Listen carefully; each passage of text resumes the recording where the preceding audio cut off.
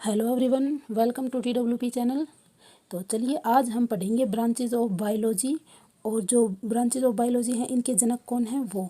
और ये जो हम पढ़ेंगे ये NCERT सार संग्रह के वन लाइनर क्वेश्चन हैं। तो चलिए स्टार्ट करते हैं। सबसे पहले बात करेंगे ब्रांचेज ऑफ बायोलॉजी की। तो चलिए स्टार्ट करते हैं। तो देखिए, जो विटिकल्चर है इसके द्वारा क्या उत्पादित किया जाता है, तो क्या किया जाता है, अंगूर। और फिर है जेरोंटोलॉजी, तो इसके अंतर्गत किसके प्रभाव का अध्ययन किया जाता है, तो वो किया जाता है वर्धावस्था का और आयुर्वृद्धि का। नेक्स्ट है कि जो वर्मिकल्चर है इसमें कौन सा वोम प्रयुक्त होता है, यानी कि कौन सा कीट प्रयुक्त होता है, तो वो होता है केचुआ यानी अर्थवोम। नेक्स्ट है पेडोलॉजी के अंतर्गत किसका वैज्ञानिक अध्ययन किया जाता है, तो वो किया जाता है मृदा का। नेक्स्ट है फूलों के अध्ययन को क्या कहा जाता है, तो क्या कहा जाता है, एंथोलॉजी। फिर है कीटों का वैज्ञानिक अध्ययन क्या कहलाता है, तो वो कहलाता है एंटोमोलॉजी। फिर बात करें जनसंख्या एवं मानव जाति के आंकड़ों का अध्ययन क्या कहलाता है, तो वो क्या कहलाता है, डेमोग्राफी यानी कि जननांकिकी।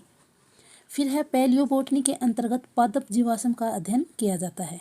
मतलब कि जो जीवाश्म वनस्पति है इसके अंतर्गत किसका अध्ययन किया जाता है, तो इसके अंदर किया जाता है पादप जीवाश्म यानी कि फॉसिल प्लांट्स का अध्ययन किया जाता है।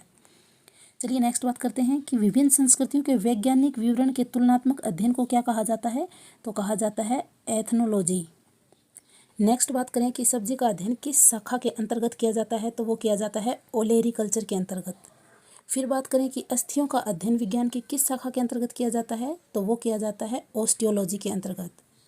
फिर बात करें कि सर्पों का अध्ययन किस विज्ञान शाखा के अंतर्गत किया जाता है, तो वो किया जाता है सर्पेटोलॉजी। फिर उसके बाद बात करें कि हाइड्रोपोनिक्स के अंतर्गत किससे संबंधित है, तो यह है मृदा रहित पादप संवर्धन से संबंधित। उसके बाद बात करें कि जो जूलॉजी के अंतर्गत किन जंतुओं का अध्ययन किया जाता है, तो वो किया जाता है जीवित और मृत दोनों प्रकार के जंतुओं का अध्ययन किया जाता है। और फिर जो जंतु विज्ञान है वो जीव विज्ञान की ही एक शाखा है। और जो अरस्तु है इन्हें जंतु विज्ञान का फादर कहा जाता है। चलिए अब बात करते हैं जीव विज्ञान की शाखाओं के जनक कौन हैं उनके बारे में। तो ये जीव विज्ञान की शाखाएं हैं और ये उनके जनक हैं। तो सबसे पहले बात करते हैं जंतु विज्ञान यानी कि जूलॉजी। जूलॉजी के जनक कौन हैं, तो वो हैं अरस्तु। नेक्स्ट बात करते हैं वनस्पति विज्ञान यानी कि बॉटनी। तो बॉटनी के जनक किसे कहा जाता है, तो वो हैं थियोफ्रेस्टस। फिर है सूक्ष्म विज्ञान यानी कि माइक्रोबायोलॉजी। इनके जनक कौन हैं, तो वो हैं लुई पास्चर। उसके बाद है जीवाणु विज्ञान यानी कि बैक्टीरियोलॉजी। तो इसके जनक कौन हैं, तो वो हैं रॉबर्ट कोच। फिर है प्रतिरक्षा विज्ञान यानी इम्यूनोलॉजी। तो इसके जनक कौन हैं, एडवर्ड जेनर। नेक्स्ट बात करें वर्गीकी तथा वर्गीकरण विज्ञान यानी कि टैक्सोनॉमी के जनक कौन हैं, तो वो हैं कैरोलस लिनियस। उसके बाद बात करें रुधिर परिसंचरण तंत्र यानी कि ब्लड सर्कुलेशन सिस्टम। तो इसके जनक कौन हैं, वो हैं विलियम हार्वी। नेक्स्ट बात करें कोशिका विज्ञान यानी साइटोलॉजी के जनक कौन हैं, तो वो हैं रॉबर्ट हुक। उसके बाद बात करें उत्परिवर्तन यानी म्यूटेशन के जनक कौन हैं, तो वो हैं ह्यूगो डी वरीज। फिर है कवक विज्ञान यानी माइकोलॉजी के जनक कौन हैं, तो वो हैं हेनरिच एंटन डी वेरी। फिर बात करें पादप शरीर विज्ञान के यानी कि प्लांट फिजियोलॉजी के जनक कौन हैं, तो वो हैं स्टीफन हेल्स।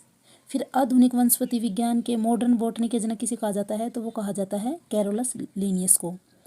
फिर बात करें रुधिर वर्ग यानी कि ब्लड ग्रुप के जनक कौन हैं, तो वो हैं कार्ल लैंडस्टीनर। उसके बाद बात करें अंतःस्रावी विज्ञान यानी कि एंडोक्राइनोलॉजी के जनक कौन हैं, तो वो हैं थॉमस एल्वा एडिसन। उसके बाद बात करें आनुवांशिकी यानी कि जेनेटिक्स। तो इसके जनक कौन हैं, तो वो हैं ग्रेगर जॉन मेडल। फिर बात करें आधुनिक आनुवांशिकी यानी कि मॉडर्न जेनेटिक्स के जनक कौन हैं, तो वो भी हैं ग्रेगर जॉन मेडल। उसके बाद बात करें भारतीय पुरावनस्पति विज्ञान के जनक कौन हैं यानी कि इंडियन पैलियोबोटनी के जनक कौन हैं, तो वो हैं वीरबल साहनी। फिर बात करें आनुवंशिकी अभियांत्रिकी यानी जेनेटिक इंजीनियरिंग के जनक कौन हैं, तो वो हैं पॉल बर्ग। फिर बात करें शैवाल विज्ञान यानी फाइकोलॉजी के जनक कौन हैं, तो वो हैं विलियम हेनरी कार्वे। नेक्स्ट बात करें भारतीय पारिस्थितिकी यानी इंडियन इकोलॉजी के जनक कौन हैं, तो वो हैं रामदेव मिश्रा। सॉरी ये रह गया।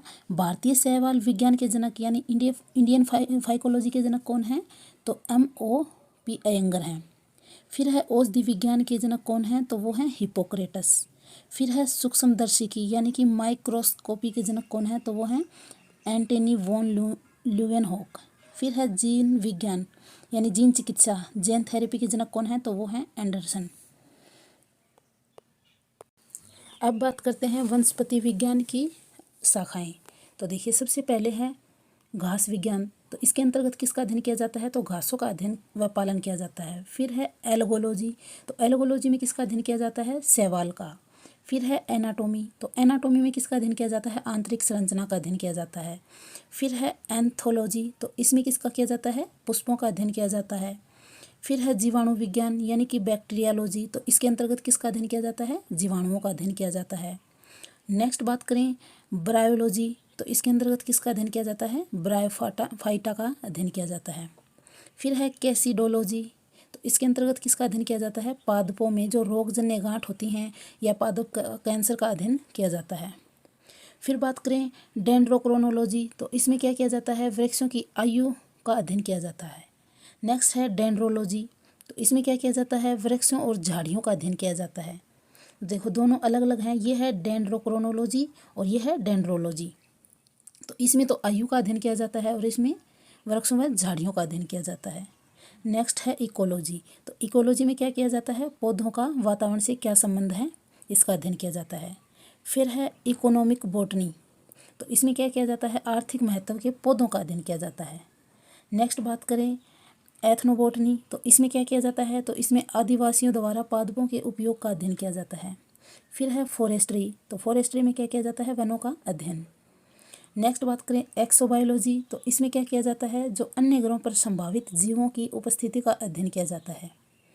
नेक्स्ट है जेनेटिक इंजीनियरिंग। तो इसमें क्या किया जाता है? कृत्रिम जीन्स का निर्माण व स्थानांतरण का अध्ययन किया जाता है। फिर है लाइकेनोलॉजी। तो इसमें क्या किया जाता है? लाइकेन का अध्ययन किया जाता है। नेक्स्ट बात करें माइक्रोबायोलॉजी। तो इसमें जो सूक्ष्म जीव होते हैं उनका अध्ययन किया जाता है। अब चलिए आगे बात करते हैं। तो आगे क्या है? माइकोलॉजी के अंतर्गत किसका अध्ययन किया जाता है? तो कवकों का अध्ययन किया जाता है। फिर है माइकोप्लाज्मोलॉजी। माइकोप्लाज्मोलॉजी में क्या किया जाता है? माइकोप्लाज्मा का वैज्ञानिक अध्ययन किया जाता है। फिर है निमेटोलॉजी। तो इसमें क्या किया जाता है?